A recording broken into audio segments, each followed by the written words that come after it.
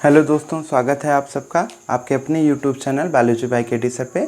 आज के इस वीडियो सेशन में हम एक महत्वपूर्ण टॉपिक जो ऊतक है, टिश्यू जिसे बोलते हैं, उस पर चर्चा करेंगे। तो आइए सबसे पहले हम देखते हैं ऊतक क्या होता है। तो एक जैसी अगर कोशिकाएं होंगी तो उन्हीं के समूह को हम लोग ऊतक कहते हैं। तो हमने आपको इसके पहले वाले वीडियो में, जो सबसे पहला वीडियो था, इसमें हमने आपको बताया था कोशिका, और कोशिकाओं के समूह से बनता है ऊतक, ऊतकों के समूह से बनता है अंग, अंगों के समूह से बनता है अंगतंत्र। क्या बनेगा? अंगतंत्र बनेगा। और लास्ट में जो अंगतंत्रों का समूह होगा ये बनाएगा कोई शरीर, किसी भी जीवधारी का शरीर। तो ऊतक क्या है? ऊतक एक जैसी कोशिकाओं का, जो एक जैसी कोशिकाएं होती हैं उनके समूह से बनते हैं। अब ऊतक पौधों के अंदर भी पाए जाते हैं, जंतुओं के अंदर भी पाए जाते हैं। तो सबसे पहले हम चर्चा करेंगे इसमें प्लांट टिश्यू की, जो पादप ऊतक हैं उनके विषय में देखेंगे। तो जो प्लांट टिश्यू होता है उसमें दो प्रकार के ऊतक पाए जाते हैं। सबसे पहला इसमें होता है प्रविभाजी ऊतक, प्रविभाजी ऊतक, ठीक है। और दूसरा इसके अंदर जो होता है उसे हम लोग कहते हैं अस्थाई ऊतक, दूसरा होता है अस्थाई ऊतक। तो प्लांट सेल के अंदर जो पौधे होते हैं उनके अंदर ये दो तरह के ऊतक होते हैं। तो पौधों के अंदर, पादप के अंदर दो तरह के ऊतक होते हैं। जो प्लांट सेल होती है उनके अंदर ये दो प्रकार के ऊतक पाए जाते हैं। तो सबसे पहले अगर हम यहाँ पे देखेंगे तो प्रविभाजी ऊतक का मतलब क्या होता है, इसे हम लोग डिवीजन टिश्यू भी कह सकते हैं।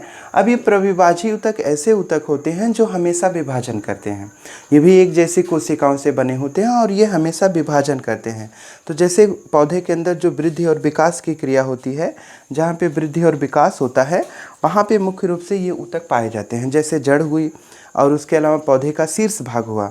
तो जैसे पौधे का सबसे निचला हिस्सा है, जो जड़ का शीर्ष भाग है, जड़ का एकदम अंतिम सिरा है। उसके अलावा जो तना होगा एकदम ऊपर का हिस्सा, उसके अंदर सबसे ज़्यादा मात्रा में अगर कोई ऊतक होगा वो होगा प्रविभाजी ऊतक। तो ये मुख्य रूप से कहाँ कहाँ पर स्थित होता है? ये जड़ में पाया जाएगा। उसके अलावा जड़ तथा तने ना, जड़ और तना का जो शीर्ष भाग होगा, जड़ और तने का शीर्ष भाग जो होगा उसके अंदर सबसे ज़्यादा मात्रा में जो ऊतक होगा उसे हम लोग नाम देंगे प्रविभाजी ऊतक, ठीक है। अब दूसरे नंबर पे यहाँ पे देखेंगे हम लोग अस्थाई ऊतक, परमानेंट टिश्यू होते हैं। तो ये डिवीजन टिश्यू, ये परमानेंट टिश्यू। तो परमानेंट टिश्यू क्या होते हैं? ये एक तरह से ये भी एक जैसी कोशिकाओं के समूह से ही बनते हैं, लेकिन इनकी खासियत क्या होती है कि ऐसे जो ऊतक होते हैं ये विभाजन की क्षमता इनमें नहीं होती। मतलब ये बार बार विभाजन करने जैसी इनमें कोई कैपेसिटी नहीं होती है। अब ये विभाजन न करके ये करते क्या है कि इनका मुख्य रूप से कार्य होता है, ये जटिल ऊतक का निर्माण करते हैं। इसमें दो तरह के ये ऊतक होते हैं। जैसे कि जो अस्थाई ऊतक होंगे वो सरल और जटिल दो प्रकार के होंगे।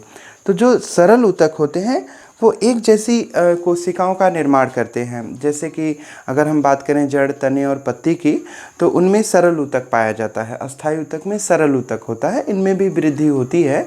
लेकिन जो जटिल ऊतक होते हैं उसमें मुख्य रूप से संवहन बंडल होता है, जिसे वैस्कुलर बंडल कहते हैं। जैसे हो गया जाइलम और फ्लोएम, तो जिसे हम लोग दारू और पोषवाह कहते हैं।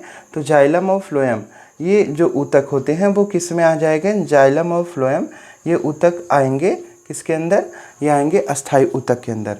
तो जाइलम और फ्लोएम, जाइलम आपको पता है ये जल का संवहन करेगा, मतलब जो जल होगा वो जड़ों के द्वारा वो पौधे के सभी भागों तक जाएगा, और ये खनिज पदार्थों का संवहन करता है। तो इस तरह से जो प्लांट टिश्यू होते हैं वो मुख्य रूप से दो ही टाइप के होते हैं। आपसे जनरल कंपटीशन के अंदर इतनी ही चीज़ें पूछी जाती हैं। तो प्रविभाजी ऊतक जो कि जड़ और तने के शीर्ष भाग में होगा, जबकि अस्थाई ऊतक जाइलम और फ्लोएम का मुख्य रूप से निर्माण करता है। ये भी दो टाइप के हो जाते हैं, सरल और जटिल। तो जाइलम और फ्लोएम जटिल ऊतक का एग्जाम्पल है। उसके अलावा जड़, तना, पत्तियाँ ये सब क्या है? सरल ऊतक के एग्जाम्पल हो जाएंगे। जड़, तना, पत्तियाँ सरल ऊतक का एग्जाम्पल, और उसके अलावा बाकी जटिल ऊतक का एग्जाम्पल है। बात करते हैं ये इन ऊतकों का काम, चाहे ये प्रविभाजी ऊतक है चाहे ये अस्थाई ऊतक है, इसका कार्य क्या होता है।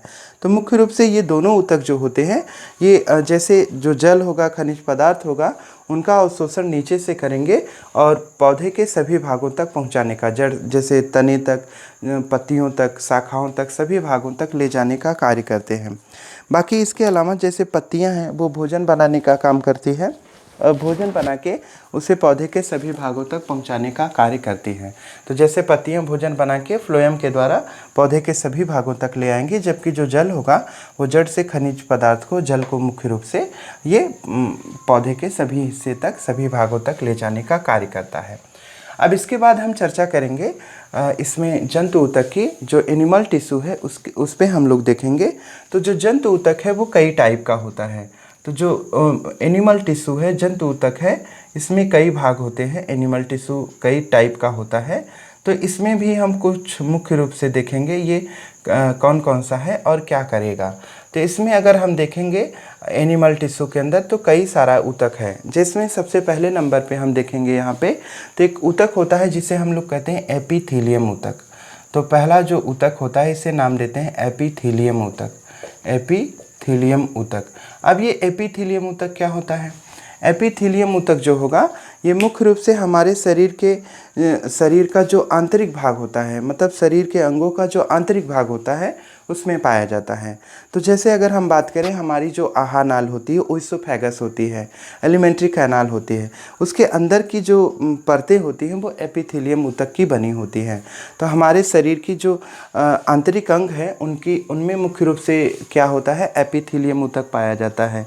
तो शरीर के जो बाह्य स्तर होते हैं ये एक तरह से पूरे शरीर का जो ऊतक होगा बाहरी आवरण बनाने का काम करेगा। और इसके अलावा यह जो ऊतक होगा ये मुख गुहा, आमाशय, आंत, श्वासनली, फेफड़े, इन सब के अंदर भी पाए जाते हैं। तो जो एपिथेलियम ऊतक होगा ये कहाँ कहाँ पे पाया जाएगा? शरीर के लगभग सभी हिस्सों में पाया जाता है, बाहरी आवरण भी बनाता है। और उसके अलावा जैसे हमने आपको बताया कि शरीर के जो आंतरिक अंग हैं उनका एक तरह से निर्माण करने का कार्य करेगा। तो शरीर के जो भी जैसे मुख गुहा, आमाशय, आंत, श्वासनली, फेफड़े, ये सब जो होते हैं ये इसी ऊतक के बने होते हैं। इसके बाद हम लोग दूसरे नंबर पे देखेंगे यहाँ पे संयोजी ऊतक। अब ये जो संयोजी ऊतक है, संयोजी का मतलब ये जोड़ने का काम करेगा। संयोजी ऊतक जो होगा वो मतलब किन्हीं दो अंगों को या फिर किसी दो तरह के ऊतकों को, कोशिकाओं को आपस में कनेक्ट करने का काम करेगा। संयोजी ऊतक इसी वजह से इसका नाम दिया जाता है।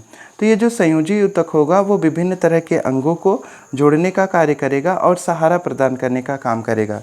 इसमें मुख्य रूप से अगर हम देखें इसका एग्जाम्पल, तो इसमें जो अस्थियाँ होती हैं, अस्थि का मतलब हड्डी से हो जाएगा, तो जो अस्थि होती है उसके अलावा जो रक्त होता है, इसमें कौन सा ऊतक पाया जाता है? संयोजी ऊतक होता है। तो जैसे अगर हम यहाँ पे देखें जो अस्थि और उपास्थि होती है तो उसको जोड़ने का काम, जैसे अस्थियाँ, उपास्थियाँ, अस्थि का मतलब हड्डियाँ, तो हड्डियों को आपस में जोड़ने का काम ये संयोजी ऊतक करता है। और उसके अलावा जैसे रक्त है, रक्त में तरल संयोजी ऊतक जो होगा वो रक्त के अंदर होता है। तो ये दोनों संयोजी ऊतक के ही एग्जाम्पल हो जाते हैं। थोड़ा अगर इसे और डिटेल में देखेंगे तो इसमें एक होता है अंतराली ऊतक। तो अंतराली ऊतक मतलब इसी संयोजी ऊतक का एक टाइप है अंतराली ऊतक। ये जो अंतराली ऊतक है, अंतराली, तो अंतराली ऊतक क्या करेगा? इसका काम क्या होगा ये जैसे दो अंगों के बीच या फिर त्वचा और अंगों के बीच जो रिलेशन होता है उन मतलब एक तरह से उनको जोड़ने का काम करेगा। त्वचा और अंगों को आपस में जोड़ने का काम कौन करता है? अंतराली ऊतक करेगा। तो जो त्वचा का नीचे का हिस्सा होगा, पेशी के बीच का भाग होगा, रक्तवाहिनियाँ और तंत्रिकाओं के चारों ओर ये मुख्य रूप से पाए जाते हैं। रक्तवाहिनी और तंत्रिकाओं के चारों ओर पाए जाएंगे और जैसे त्वचा और अंगों के बीच रिलेशन व्यक्त करने का काम करेंगे, मतलब इनको जोड़ने का काम करेंगे। इसके बाद आता है अस्थि और उपास्थि। ये एक तरह से अस्थि हमारे शरीर में जो हड्डियाँ होती हैं, तो जो दूसरा इसमें भाग हो जाएगा वो अस्थि से ही है, तो इसे अस्थि या उपास्थि ऊतक कहते हैं। तो अस्थि या उपास्थि, ठीक है। तो अस्थि और उपास्थि का जो ऊतक वाला भाग होगा ये क्या करेगा? दो हड्डियों को आपस में जोड़ने का काम करेगा। उपास्थि क्या होती है? जैसे अस्थियां तो शरीर की सबसे मजबूत और कठोर भाग होती हैं, जो कि शरीर का जो स्केलेटन है, कंकाल है, उनका निर्माण करती हैं। उपास्थि में जैसे ये हमारा ईयर पिन्ना हो जाएगा, जिसे कर्णपल्लव कहते हैं, ये उपास्थि हो जाएगा। तो इनके निर्माण में सहायता करता है ये अस्थि या उपास्थि ऊतक। उसके अलावा आता है तरल संयोजी ऊतक। तो तीसरे नंबर पे आएगा, नंबर सी पे आएगा तरल संयोजी ऊतक। तो जो तरल संयोजी ऊतक होगा ये क्या करेगा, ये रक्त कोशिकाओं को आपस में जोड़ने का काम करता है।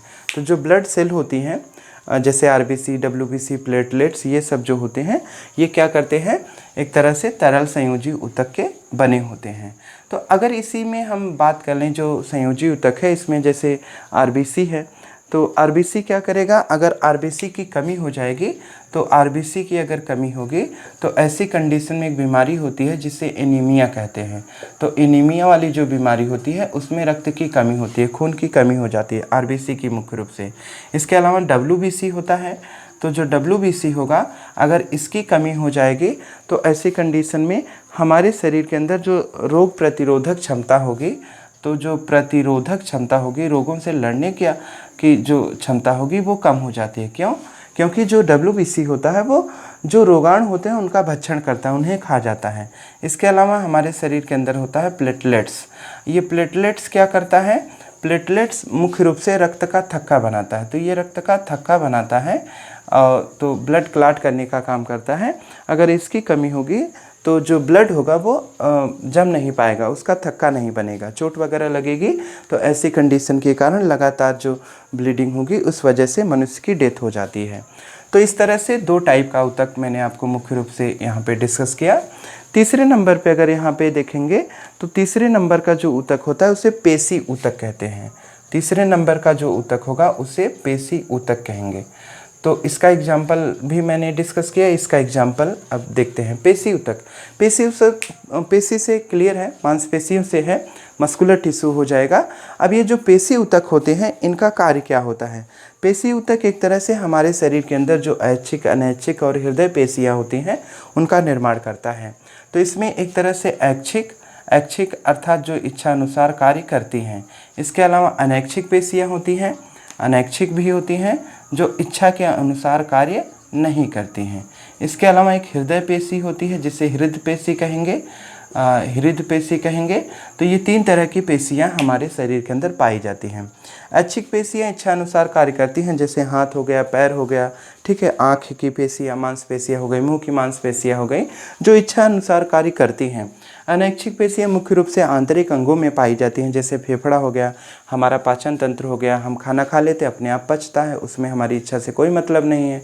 इसी तरह से हमारा हृदय अपने आप धड़क रहा है, उसमें इच्छा से कोई मतलब नहीं है। तो ये सब अनैच्छिक पेशियां हैं। अब ये जो हृदय पेशी होती है, हृदय पेशी एक तरह से ऐच्छिक पेशी होती है। हृदय पेशी मतलब जो हृदय की पेशियां होती हैं उसे हम लोग ऐच्छिक पेशियां ही होती हैं, लेकिन ये पूरी तरह से अनैच्छिक पेशियों जैसा काम करती हैं। मतलब जो हृदय की पेशियां हैं वो ऐच्छिक पेशी हैं, अर्थात इच्छा के अनुसार कार्य करना चाहिए था इसे, लेकिन ये इच्छा के अनुसार कार्य नहीं करती हैं। होती बेशक ये ऐच्छिक पेशियां हैं, लेकिन ये पूरी तरह से अनैच्छिक पेशियों के जैसा कार्य करती हैं, अपने आप हृदय अपना कार्य करता है। इसके अलावा जैसे ये जो ऐच्छिक पेशी है इसे हम लोग रेखित पेशी के नाम से भी जानते हैं, इसे रेखित पेशी, और इसे हम लोग अरेखित पेशी के नाम से भी जानेंगे। तो यहाँ पे हृदय पेशी भी कौन सी पेशी हो जाएगी, एक तरह से ये रेखित पेशी का काम करेगी, लेकिन ये चीज़ें उतनी इम्पॉर्टेंट नहीं है। इसमें रेखित अरेखित आप याद रखिएगा। बाकी हृदय में हृदय पेशी अलग से स्पेशल मतलब कि एक तरह से टिश्यू होता है। तो इस तरह से तीसरे नंबर पे हो गया पेशी ऊतक। अब इसके बाद जो नेक्स्ट और लास्ट है, मतलब और भी टाइप है लेकिन मुख्य रूप से एक और टाइप बचता है जिसे तंत्रिका ऊतक कहते हैं। तंत्रिका ऊतक। अब ये जो तंत्रिका ऊतक है ये हमारे शरीर के अंदर जो भी संवेदी अंग होते हैं, जो भी संवेदनाएं होती हैं, सूचनाएं होती हैं, इसी ऊतक के द्वारा शरीर के अंदर आदान प्रदान की जाती हैं। इसमें मुख्य रूप से जैसे हमारा मस्तिष्क आ जाएगा, हमारे रीढ़ की हड्डियां आ जाएंगी और शरीर के सभी संवेदी अंग आ जाएंगे। जैसे हम किसी वस्तु को छूकर गर्म या ठंडेपन का आभास कर सकते हैं, उसके अलावा कोई चीज़ सुनते हैं, देखते हैं, उसको महसूस कर सकते हैं, किसी पे गुस्सा हो सकते हैं और उसके अलावा किसी से खुश हो सकते हैं। ये सारी चीज़ें तंत्रिका ऊतक के द्वारा कंट्रोल की जाती हैं।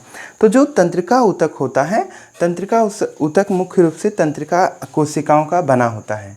तो जो तंत्रिका कोशिका होती है वो कुछ इस तरह से होगी। यहाँ पे कुछ इस तरह से हम जो है नर्व सेल का एक स्ट्रक्चर बना देते हैं। ये एक तरह से तंत्रिका सेल है, नर्व सेल है, और यहाँ पे कुछ इस तरह की संरचना होगी। इसमें जो सबसे मुख्य भाग होता है इसे हम लोग ये मुख्य भाग हो गया। इसके अलावा इसमें ऐसे ऐसे प्रवर्ध निकले होते हैं जो एक तंत्रिका कोशिका से दूसरे तंत्रिका कोशिका को ऐसे ज्वाइंट करता है। ये जो लास्ट का ये जो धागे जैसी संरचना आपको दिख रही है इसी को डेंड्रान्स कहते हैं। इसके अलावा इसका सबसे मुख्य भाग है तंत्रिकाकाय, ठीक है। उसके अलावा इसके अंदर एक केंद्रक भी पाया जाता है, और ये पूरी तरह से ये जो तंत्रिका कोशिका होती है ये शरीर के अंदर संवेदनाओं को ट्रांसफ़र करती है, सूचनाओं को एक सेल से दूसरे सेल में ट्रांसफ़र करती है। तो ये तंत्रिका ऊतक के कार्य में आएगा। इसके अलावा ये जो डेंड्रान होते हैं वो नीचे के एक्जान से जुड़े होते हैं। तो इस तरह से डेंड्रान और ये नीचे का पार्ट होता है एक्जान होगा, तो इसके एक्जान से डेंड्रान मतलब ढेर सारी ऐसे तंत्रिका कोशिकाएं आपस में एक दूसरे से जुड़ी होती हैं जो सूचनाओं को का आदान प्रदान करती हैं। मस्तिष्क एक तरह से हमारी ऐच्छिक क्रियाओं का नियंत्रण करता है, एक ज़्यादातर ऐच्छिक क्रियाओं का नियंत्रण करता है। जबकि जो रीढ़ रज्जु होती है, हमारी रीढ़ रज्जु के अंदर मतलब जो वर्टिबल कॉलम है इसके अंदर भी तंत्रिका कोशिकाओं का जाल बिखरा हुआ है, और ये अनैच्छिक क्रियाओं का मुख्य रूप से नियंत्रण करती है। मस्तिष्क में भी जैसे 3 भाग होते हैं, जैसे फोर ब्रेन, मिड ब्रेन और हाइंड ब्रेन। अग्र मस्तिष्क, मध्य मस्तिष्क, पश्च मस्तिष्क। अग्र मस्तिष्क जो अग्र मस्तिष्क होगा वो क्या करेगा, सोचने का, समझने का, निर्णय लेने का, ये सब कार्य करता है। जबकि ये जो मध्य मस्तिष्क होता है सुनने का और बोलने जैसी क्रियाओं का नियंत्रण करता है। जबकि ये जो पश्च मस्तिष्क होता है, जो पिछला मस्तिष्क होगा, वो क्या करेगा, हमारे शरीर में एक तरह से जो अनैच्छिक क्रियाएं होंगी, श्वसन वगैरह होगा, उनका नियंत्रण करने का कार्य करता है। तो इस तरह से जो तंत्रिका ऊतक है वो भी समाप्त होता है। तो हमने जो आपको पूरी तरह से डिस्कस किया वो 4 तरह के ऊतकों के विषय में डिस्कस किया। एपिथीलियम, संयोजी, पेशी और तंत्रिका ऊतक। एपिथीलियम ऊतक हमने आपको बताया शरीर के बाहरी भागों में, उसके अलावा मतलब बाहरी भागों का निर्माण करना, उसके अलावा जैसे आंतरिक अंगों में मुख्य रूप से ये पाए जाते हैं। इसके अलावा संयोजी ऊतक जो कि जोड़ने का काम करते हैं। पेशी ऊतक जो होते हैं ऐच्छिक, अनैच्छिक और हृदय पेशियों का निर्माण करते हैं। जबकि जो तंत्रिका ऊतक होते हैं ये संवेदनाओं और सूचनाओं को ट्रांसफ़र करने का काम करते हैं। इस तरह से ऊतक वाला जो टॉपिक और कॉन्सेप्ट था वो समाप्त होता है। तो आज के लिए बस इतना ही। धन्यवाद।